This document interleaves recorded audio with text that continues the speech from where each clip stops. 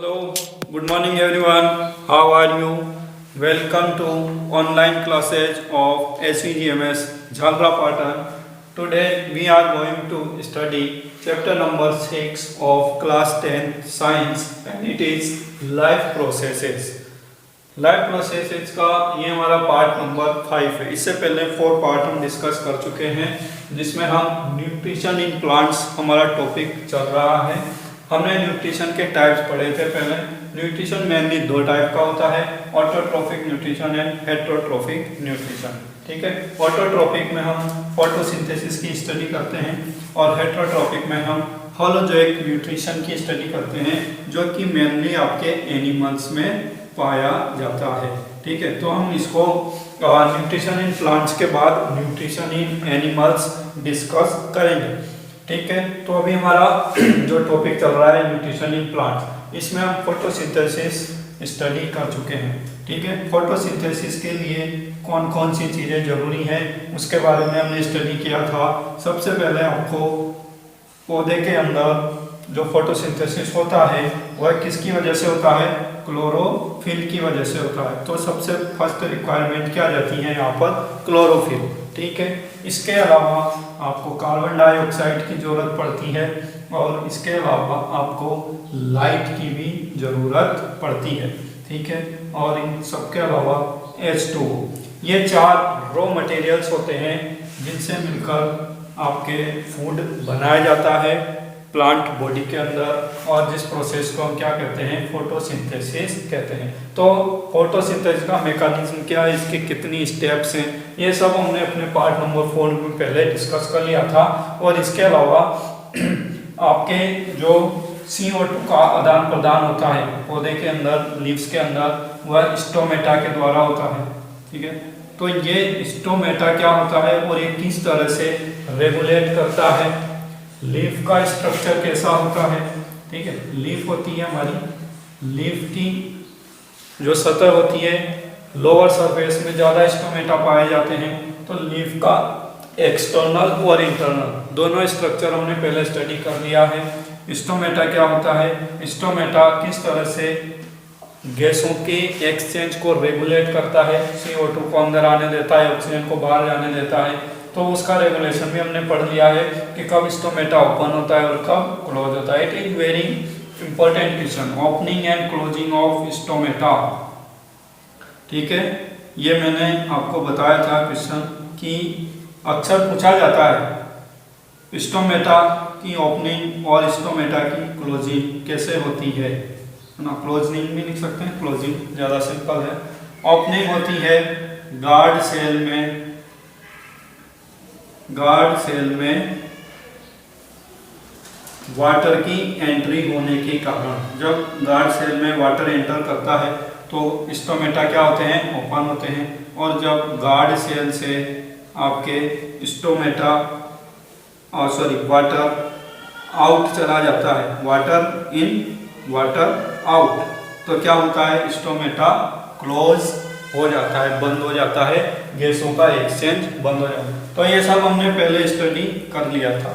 ठीक है, तो आज हम क्या स्टडी करने वाले हैं? आज हम यहाँ पर आपके टेक्स्ट बुक में कुछ एक्टिविटीज़ दी गई हैं। मैं आपको शुरू से बता रहा हूँ कि आपके जो भी एक्टिविटीज़ दी गई हैं टेक्स्ट बुक में, दे आर वेरी इंपॉर्टेंट। आपके डायरेक्ट क्वेश्चन आता है प्लान एन एक्टिविटी या draw an activity to show that chlorophyll is essential for photosynthesis.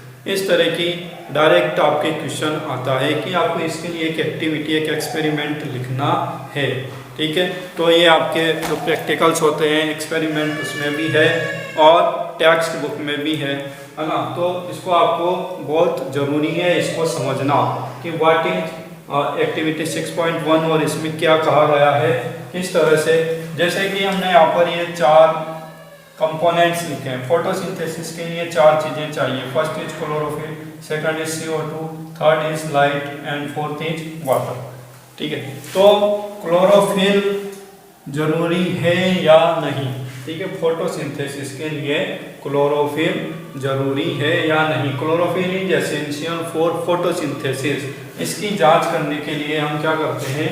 एक एक्टिविटी करते हैं। ठीक है। तो इस एक्टिविटी में बेसिकली क्या दिखाया गया है कि आपको यहाँ पर एक लीव लेनी है, पत्ती लेनी है, ठीक है, लेकिन वो ऐसे प्लांट की लेनी है। ये एक्टिविटी 6.1 है आपकी, ठीक है।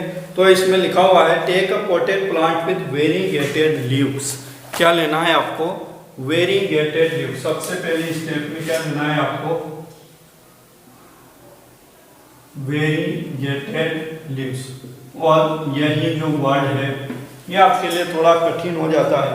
What is variegated leave? Variegated leaves आप किसको बोलेंगे बताइए? वेरीगेटेड लीव्स ऐसी लीव्स होती हैं जिनमें क्लोरोफिल अनइवनली स्प्रेड होता है। मतलब जो क्लोरोप्लास्ट होता है, आपको पता है कि क्लोरोफिल जो होता है वो क्लोरोप्लास्ट के अंदर होता है, सेल ऑर्गेनेल के अंदर। कुछ लीव्स ऐसी होती हैं जैसे कि मनी प्लांट की लीव्स होती है, ऐसे छोटे छोटे उसमें पत्ते होते हैं, लीव्स होती हैं, है ना। तो उसके अंदर क्या होते हैं? पेचेस बने होते हैं इस तरह के। मतलब कुछ उसमें व्हाइट कलर के धब्बे आपको दिखाई देते हैं। ज्यादातर कलर कैसा होगा? ग्रीन होगा, ठीक है।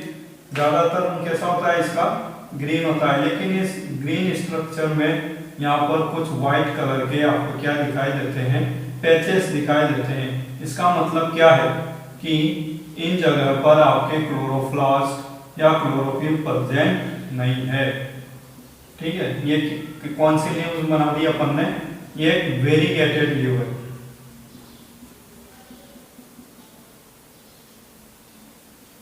Okay, this is a variegated leave. और इसके अंदर क्या होते हैं? ऐसे प्लेसेस होते हैं, ऐसी जगह होती है जहां पर क्लोरोफिल या क्लोरोप्लास्ट एब्सेंट होते हैं। ऐसी लीव को क्या कहते हैं? हम वेरीगेटेड लीव्स कहते हैं। तो हमें क्या लेना है? ऐसी वेरीगेटेड लीव्स लेनी है 2-4, ठीक है। लीव्स ले ली हमने। अब क्या करेंगे? इसके ऊपर हम एक बटर पेपर रखेंगे, ठीक है। ट्रेस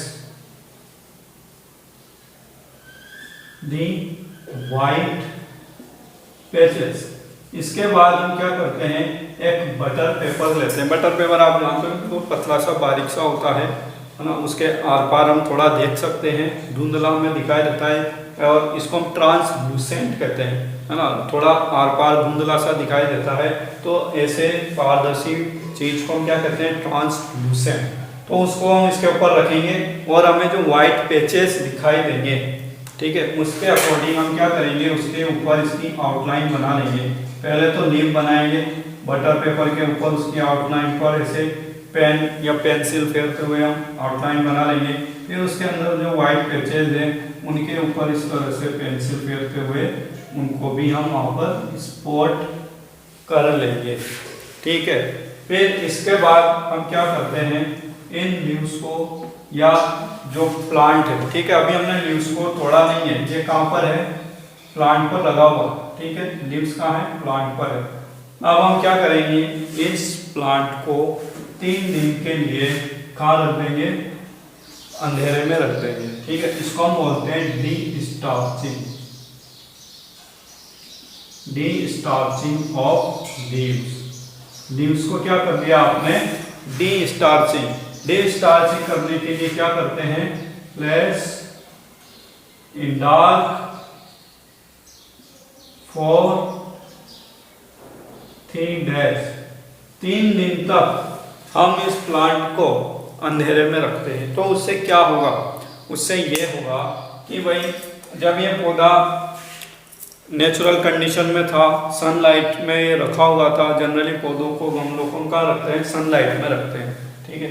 और उससे वे प्रकाश ग्रहण करते हैं, फोटोसिंथेसिस करते रहते हैं। और उनके हर बॉडी पार्ट में क्या पाया जाएगा? फोटोसिंथेसिस के फलस्वरूप प्लांट की बॉडी में क्या बनता है? स्टार्च के रूप में भोजन संग्रह होता है। पहले वे ग्लूकोज बनाते हैं और ग्लूकोज किस में इकट्ठा होता है? किसके रूप में? स्टार्च के रूप में इकट्ठा होता है। तो 3 दिन तक हम इसको अंधेरे में रखेंगे। तो उससे क्या होगा? इसमें जो जितना भी स्टार्च है पहले से बना हुआ वह खत्म हो जाएगा, ठीक है। हमें यहाँ पर ये देखना है ना कि क्लोरोफिल एसेंशियल है या नहीं, क्लोरोफिल की आवश्यकता है या नहीं। फोटोसिंथेसिस के लिए। तो इसके लिए हम पहले ये देखेंगे कि जो पहले से बना हुआ भोजन है वह खत्म होता है या नहीं, और फिर उसके बाद हम यहाँ पर ये देखेंगे कि जिस जगह पर क्लोरोफिल प्रेजेंट नहीं है, ठीक है, जिस जगह पर क्या नहीं है, क्लोरोफिल प्रेजेंट नहीं है, क्या वहाँ पर आपको स्टार्च देखने को मिलेगा या नहीं, ठीक है। फिर इसके बाद हम क्या करते हैं, फोर्थ स्टेप में लीफ की बॉइलिंग करते हैं, ठीक है। डार्क में हमने क्यों रखा था, ताकि उसमें जो भी स्टार्च था वह खत्म हो जाए, यूज हो जाए, ठीक है। फिर इसके बाद हम यहाँ पर नेक्स्ट स्टेप में क्या करते हैं, 3 दिन तक आपने इसको कहाँ रखा, बिल्कुल अंधेरे में रखा। फिर उसके बाद आप नेक्स्ट स्टेप में क्या रखेंगे, प्लेस इन सनलाइट। अब हम इसको सनलाइट में रख देंगे, कितनी देर के लिए, फॉर 6 आवर, कम से कम 5-6 घंटे के लिए हम इसको क्या करेंगे, सनलाइट की प्रेजेंस में रखेंगे, ठीक है।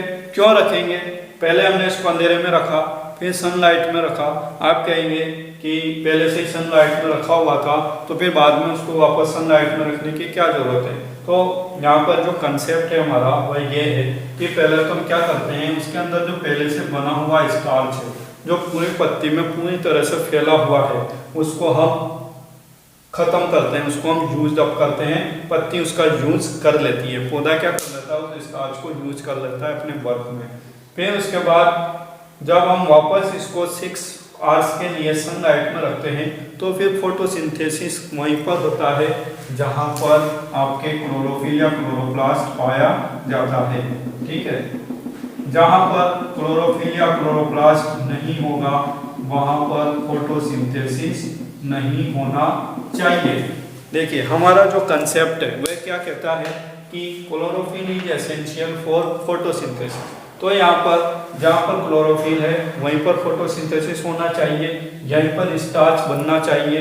उससे पहले 3 दिन पहले क्या था, पूरी पत्ती में हर जगह स्टार्च पाया जाता था क्योंकि फैल जाता है, वहाँ वेंस वगैरह होती हैं। लेकिन यहाँ शॉर्ट ड्यूरेशन के लिए जब हम रखेंगे डी स्टार्च करने के बाद सनलाइट में, तो स्टार्च उसी जगह पर पाया जाएगा जहाँ पर क्या होता है, क्लोरोफिल बनता है। क्योंकि कम से कम 6 घंटे लगते हैं स्टार्च को बनने में या ग्लूकोज को बनने में, फूड को बनने में इन द लीव्स, ठीक है।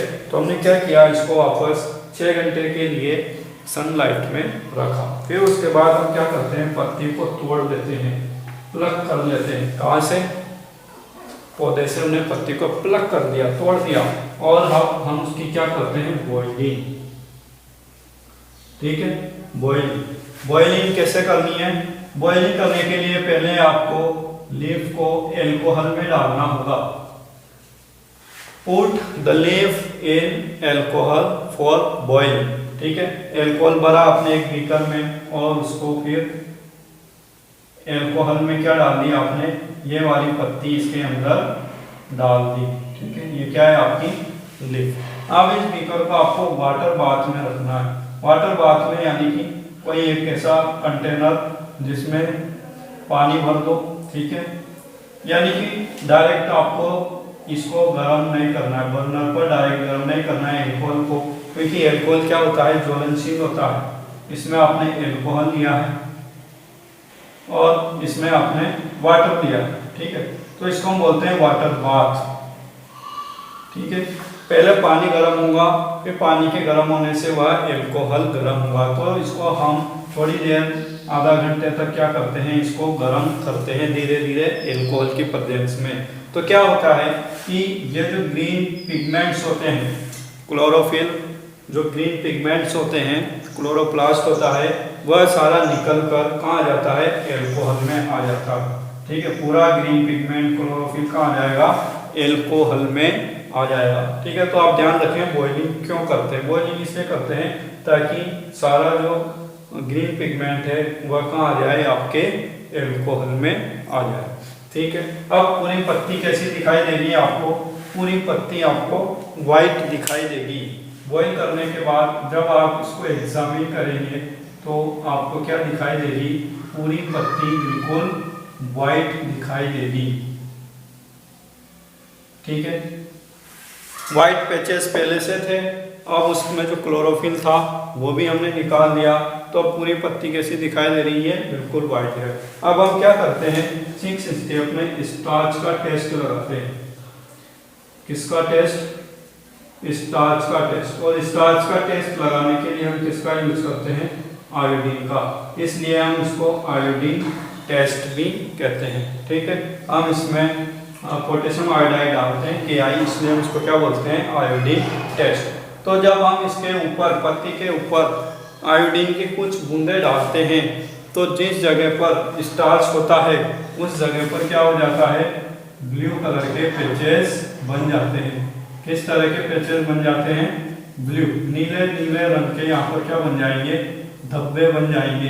कहाँ पर, जहाँ पर क्लोरोफिल या क्लोरोप्लास्ट प्रेजेंट होता है। और जिस जगह पर क्लोरोफिल नहीं था, पहले से हमने जो ट्रेसिंग किया था, है ना, बटर पेपर की सहायता, उसको हम रख के देखेंगे, उसको कंपेयर करेंगे, तो हमें पता चलेगा कि हमने यहाँ पर देखा था कि यहाँ पर क्लोरोफिल नहीं है, उस जगह पर आपके ब्लू कलर के पैचेस नहीं बनते हैं, ब्लू कलर आपको दिखाई नहीं देता है। डार्क ब्लू कलर या ब्लू ब्लैक कलर कहाँ पर दिखाई देता है, जहाँ पर स्टार्च प्रेजेंट होता है। ठीक है, कैसा कलर आता है इसमें, हमने क्या डाला, आयोडीन सॉल्यूशन इसके ऊपर डाला। ठीक है, तो हमें कैसा कलर दिखाई दिया, ब्लू ब्लैक कलर दिखाई दिया। यदि ब्लू ब्लैक कलर आता है आयोडीन डालने पर, तो इसका मतलब उस जगह पर क्या प्रेजेंट है, स्टार्च प्रेजेंट है। ठीक है, तो इसको हम कहते हैं स्टार्च टेस्ट या आयोडीन टेस्ट। तो इस एक्टिविटी से क्या पता चला, इस एक्टिविटी से यही पता चलता है कि जिस जगह पर क्लोरोफिल था उसी जगह पर हमें ब्लू ब्लैक कलर दिखाई दिया, उसी जगह पर स्टार्च बना। जिस जगह पर वाइट पैचेस थे, जहाँ पर क्लोरोफिल नहीं था, वहाँ पे स्टार्च नहीं बना। ठीक है, तो इससे हम पता लगा सकते हैं कि chlorophyll is essential for photosynthesis. Okay, तो ऐसा ही आपके बुक में, टेक्स्ट बुक में भी लिखा गया है। पूरा ये एक्टिविटी को आप ध्यान से पढ़ें एक बार, और समझा मैंने दिया है। इसका जो मेन कंसेप्ट है, बेसिक कंसेप्ट है, वह यही है कि हम पहले उसमें देखते हैं किस जगह स्टार्च प्रेजेंट है, फिर हम पूरे क्लोरोफिल को बाहर निकाल देते हैं, इसकी बॉइलिंग करके वाटर बाथ में, एल्कोहल में। ठीक है, फिर हम इसको आयोडीन टेस्ट करते हैं। तो वो आपके अच्छे से समझ में आ गया आई थिंक। ओके, तो आप इस टेस्ट को, इस एक्टिविटी को डिज़ाइन कर सकते हैं। क्वेश्चन आपके इसी तरह से आता है। ठीक है, और मैं भी आपको एक होमवर्क के रूप में क्वेश्चन दे देता हूँ। आपको डेली होमवर्क के क्वेश्चन दिए जाते हैं, आप उनको ज़रूर करें। जो भी होमवर्क के क्वेश्चन मिलते हैं वे आपको फालतू में नहीं दिए जाते हैं, आपको प्रैक्टिस के लिए दिए जाते हैं, तो आप उनको ज़रूर करें। तो यहाँ पर पहला क्वेश्चन होगा आपका, design an activity to show that chlorophyll is essential for photosynthesis। Photosynthesis के लिए क्लोरोफिल आवश्यक होता है। इसके लिए एक एक्टिविटी आपको यहाँ पर करके दिखानी है। ठीक है, डायग्राम भी आप बना सकते हैं अच्छे से। ठीक है, then we come to our next activity, activity 6.2। इस एक्टिविटी में आपको क्या कहा गया है, इस एक्टिविटी में आपको ये पूछा गया है कि design an activity to show that carbon dioxide is essential for photosynthesis. है ना, क्वेश्चन वही रहेगा, बस यहाँ पर क्लोरोफिल की जगह क्या आ जाएगा, CO2, क्योंकि CO2 भी जरूरी है फूड बनाने के लिए, ग्लूकोज बनाने के लिए लीव्स के अंदर। ठीक है, तो अब हम दूसरी एक्टिविटी देखते हैं। यहाँ पर दूसरी एक्टिविटी क्या है, इसमें आपको क्या करना होगा,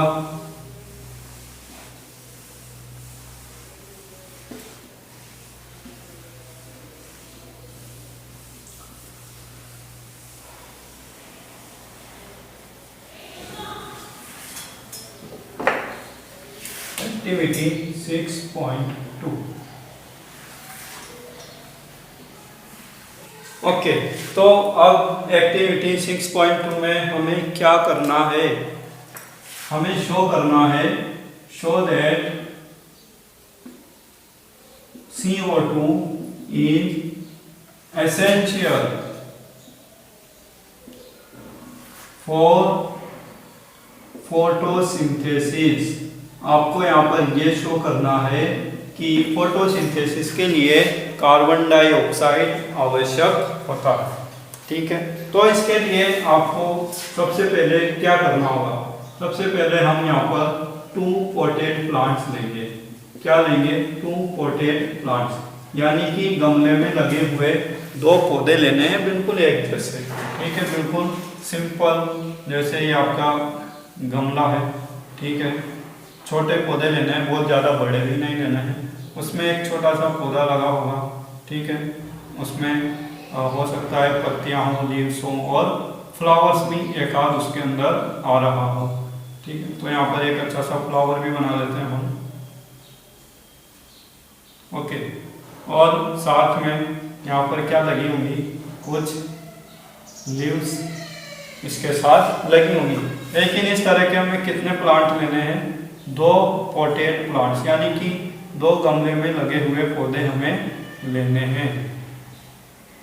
ओके, इसमें भी फ्लावर लगा दो भाई। ओके, इसमें भी लीव्स होंगी। तो दोनों एक जैसे पौधे हमें क्या लेने हैं? गमले में लगे हुए लेने हैं। ठीक है, इसके बाद क्या करना है? इन पौधों को आपको अलग अलग 2 ग्लास शीट के ऊपर रख देना है। ठीक है, किसके ऊपर रख देंगे इनको? ग्लास शीट, कांच की शीट, कोई लंबी चौड़ी ग्लास की शीट लेनी है और उसके ऊपर आपको इसको रख देना है। ठीक है, व्हाट इज दिस? और मान लो ग्लास शीट नहीं है तो और कोई दूसरी चीज भी हम ले सकते हैं नीचे रखने के लिए। एक ग्लास शीट इसलिए लेते हैं क्योंकि जब हम इसके ऊपर कवर करेंगे इसको बेल जार से, तो अब क्या होगा? हमें उसको सील भी करना होगा। ठीक है, तो हमने क्या लिया? 2 पोटेड प्लांट्स लिए। ठीक है, सबसे पहले 2 पोटेड प्लांट लेने के बाद हम उनको क्या करते हैं? डी स्टार्च करते हैं। डी स्टार्च का मतलब, जैसे अभी हमने लास्ट एक्टिविटी में पढ़ा, इनको हम 3 दिन के लिए keep in dark for 3 days. 3 दिन के लिए उनको हम कहाँ रख देते हैं? बिल्कुल अंधेरी जगह पर रख देते हैं, जहाँ सूर्य का प्रकाश नहीं पहुंचता, बिल्कुल अंधेरा हो, ऐसी कमरे में ऐसे जगह पर हम ले जाकर उनको रख देते हैं। ठीक है, तो नेक्स्ट स्टेप में क्या करेंगे? दोनों पौधों को हम 3 दिन के लिए कहाँ रख देंगे? डार्क में, अंधेरे में रख देंगे। ठीक है, फिर उसके बाद नेक्स्ट स्टेप आती है आपकी स्टेप नंबर 3। उसके बाद आप इन पौधों को कहाँ रखेंगे? धूप में रखेंगे। ठीक है, लेकिन धूप में रखने के साथ साथ आप इनको कवर करेंगे किसके साथ? बेल जार के साथ। ठीक है, ये क्या है? Bell jar. ये कांच का एक जार होता है, और जो घंटी होती है ना, घंटी, ये इस तरह की घंटी जिसके अंदर एक बेल होती है और वो आप इसको ऊपर से पकड़ के बजा सकते हैं। ठीक है, तो इस तरह का एक बेल होता है एक, और उल्टा हम इसको रखते हैं इन्वर्टेड, इसलिए हम इसको क्या बोलते हैं? Bell jar. ठीक है, इसको कहाँ रख दिया हमने? बेल जार में रख दिया। दोनों पौधों को बेल जार में रख दिया। लेकिन यहाँ पर एक काम और करना है कि एक पौधे में आपको यहाँ पर कुछ मात्रा में KOH भी रखना है। ठीक है, एक पेट्री डिश लेंगे, एक कोई प्लेट, कटोरी या कुछ भी पेट्री डिश वगैरह लेकर उसके अंदर आपको क्या रख देना है?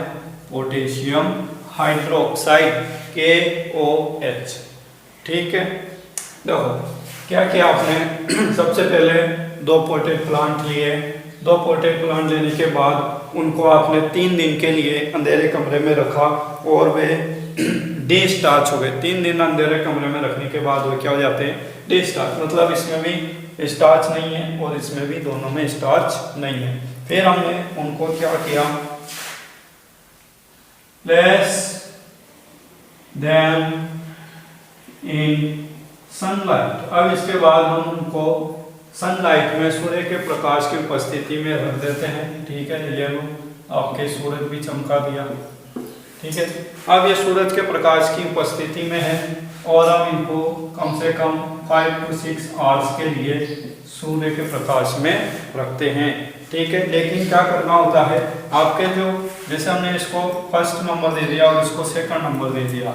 ठीक है, इसके साथ ही आपको क्या करना है, put some KOH in one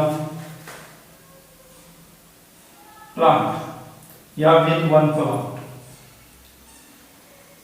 एक पौधे के साथ आपको क्या रखना है, एक पेट्रीन, इसमें एक कटोरी में, एक बाउल में थोड़ा सा KOH लेके रखना है। ठीक है, अब ये KOH क्यों रखा हमने, इसका क्या कार्य है भाई, ये KOH रखा ना, तो इसका क्या कार्य है, ये KOH क्या करता है, कार्बन डाइऑक्साइड को अवशोषित करता है। KOH एब्जॉर्ब्स CO2, ये कार्बन डाइऑक्साइड को अवशोषित कर लेता है। तो देखो यहाँ पर बाकी और सभी चीजें प्रेजेंट है। ठीक है, इस पौधे के लिए यहाँ पर अंदर कार्बन डाइऑक्साइड भी है। भाई जब हमने बेल जार रखा, ठीक है, तो उससे पहले यहाँ पर कुछ ना कुछ मात्रा में एयर होगी और वह इसके अंदर कैप्चर हो गई। ठीक है, तो कुछ ना कुछ मात्रा में CO2 प्रेजेंट है, सनलाइट यहाँ पर प्रेजेंट है। ठीक है, क्लोरोफिल यहाँ पर प्रेजेंट है, क्लोरोफिल यहाँ पर प्रेजेंट है, वाटर मिट्टी के अंदर है ही सही। ठीक है, वाटर H2 मिट्टी के अंदर है। ठीक है, तो तीन चीजें इस पौधे के लिए, चारों चीजें अवेलेबल है, लेकिन इस पौधे के लिए एक चीज अनअवेलेबल है और वह कौन सी चीज है, CO2, क्योंकि CO2 को किसने एब्जॉर्ब कर लिया, KOH ने एब्जॉर्ब कर लिया। इसमें वाटर भी है, क्लोरोफिल भी है और सनलाइट भी है, लेकिन क्या नहीं है, CO2 इज एब्सेंट। ठीक है, तो हमने क्या किया, put some KOH with one plant, एक प्लांट के साथ हमने थोड़ी सी मात्रा में KOH को रख दिया। ठीक है, अब हम इसको 5-6 घंटे बाद बेल जार को यहाँ से हटाएंगे। ठीक है, तो आप बताइए कौन से प्लांट में आपको फोटोसिंथेसिस देखने को मिलेगा। जिस प्लांट में सारी चीज़ें वहाँ पर अवेलेबल हैं, उस प्लांट में क्या होगा, फोटोसिंथेसिस होगा। ठीक है, तो अब हम इसके लिए क्या करेंगे, दोनों की एक एक पत्ती को तोड़ेंगे, दोनों पौधों की, plant number 1 and plant number 2, दोनों की पत्ती को हम तोड़ेंगे। ठीक है, और उनका हम क्या करेंगे, आयोडीन टेस्ट करेंगे। pluck the leaves of both plants। अब हम दोनों प्लांट्स की लीव्स को, कम से कम एक एक लीव्स को हम तोड़ेंगे, दो को भी तोड़ सकते हैं, कोई प्रॉब्लम नहीं है। ठीक है, एंड परफॉर्म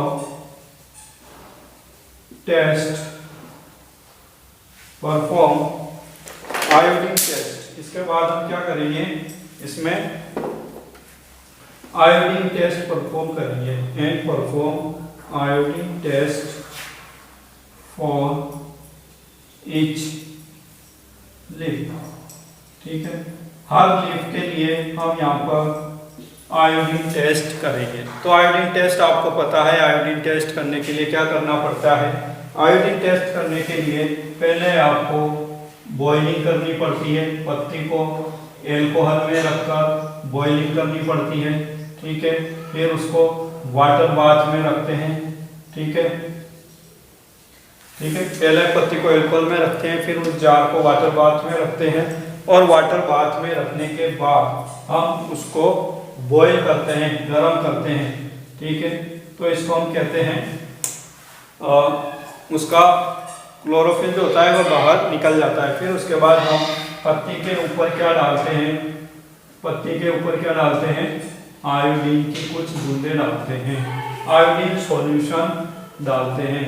तो जिस पत्ती पर स्टार्च होता है, आयोडीन सॉल्यूशन डालेंगे तो जिस पत्ती में आयोडीन होगा स्टार्च होगा वहाँ पर क्या दिखाई देगा आपको, जहाँ पर स्टार्च होगा वहाँ पर ब्लू ब्लैक कलर आपको दिखाई देगा, नीला काला कलर आपको दिखाई देगा। और जिस पत्ती में स्टार्च नहीं होगा वहाँ पर आपको ब्लू ब्लैक कलर दिखाई नहीं देगा। ठीक है, तो इस एक्टिविटी से क्या पता चल रहा है, इस एक्टिविटी से ही पता चल रहा है कि CO2 is very essential for photosynthesis. यदि CO2 नहीं होगा तो फोटोसिंथेसिस भी नहीं होगा। ठीक है, तो बहुत सिंपल एक्टिविटी है, आपको वापस वही क्वेश्चन दोबारा लिखना है और इसके अंदर क्या लिखेंगे, मेनली यही लिखना है कि design an activity to show that chlorophyll की जगह आप क्या लिख देंगे, क्लोरोफिल की जगह आप यहाँ पर लिख देंगे CO2 is essential for photosynthesis. Carbon dioxide आपके जरूरी होती है फोटोसिंथेसिस के लिए। ठीक है, तो ये दो क्वेश्चन हो चुके हैं हमारे। ठीक है, इसके बाद एक एक्टिविटी और है आपकी। ओके, चलो दो ही एक्टिविटी है, एक्टिविटी 6.1 एंड एक्टिविटी 6.2। ठीक है, तो इस तरह से हमने यहाँ पर दो एक्टिविटी परफॉर्म की है। ये आपको समझ में आई या नहीं कमेंट करके बताएं। ओके, देन इसके बाद हम कल नेक्स्ट टॉपिक में स्टार्ट करेंगे हेटेरोट्रॉफिक न्यूट्रिशन। प्लांट्स में न्यूट्रिशन हमने पढ़ लिया, पूरा कंसेप्ट हमने क्लियर किया है। ऑटोट्रॉफिक न्यूट्रिशन क्या होता है, ठीक है, फोटोसिंथेसिस क्या होता है, फोटोसिंथेसिस की मैकेनिज्म क्या है, फिर फोटोसिंथेसिस के लिए क्या क्या चीज़ें आवश्यक होती है और उनके क्या क्या एक्टिविटीज़ हैं उनको टेस्ट करने के लिए, परफॉर्म करने के लिए। तो ये सभी चीज़ें आपको कंप्लीट लर्न करनी है। नेक्स्ट पार्ट में हम हेटेरोट्रॉफिक न्यूट्रिशन में यानी कि न्यूट्रिशन इन एनिमल्स स्टडी करेंगे। ओके, थैंक यू, जय हिंद, जय भारत।